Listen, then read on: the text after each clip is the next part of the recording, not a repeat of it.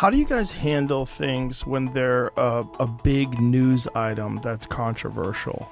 Like there was a lot of attention on Twitter during the election because of the Hunter Biden laptop story. The New York we Post. had that too. Yeah, so you guys censored that as well? So we took a different path than Twitter. Basically the background here is the FBI, I think, basically came to us, some folks on our team, and was like, hey, just so you know, like, you should be on high alert. We thought that there was a lot of Russian propaganda in the 2016 election. We have it on notice that basically there's about to be some kind of dump of that's similar to that. So just be vigilant. So our protocol is different from Twitter's. What Twitter did is they said you can't share this at all.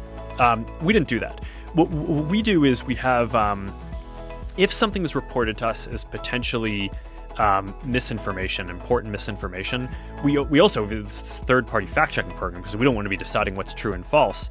And for I think it was 5 or 7 days when it was basically being determined whether it was false, the distribution on Facebook was decreased, but people were still allowed to share it. So you could still share it, you could still consume it.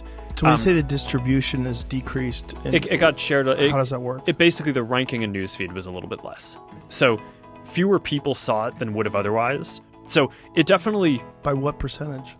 I don't know off the top of my head, but it's meaningful. But basically, a lot of people were still able to share it.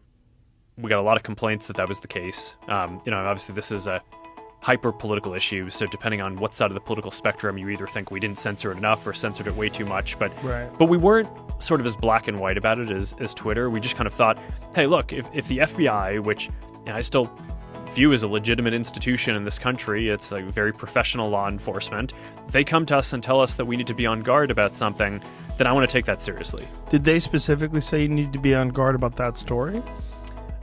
No, I don't remember if it was that specifically, but it basically fit the pattern.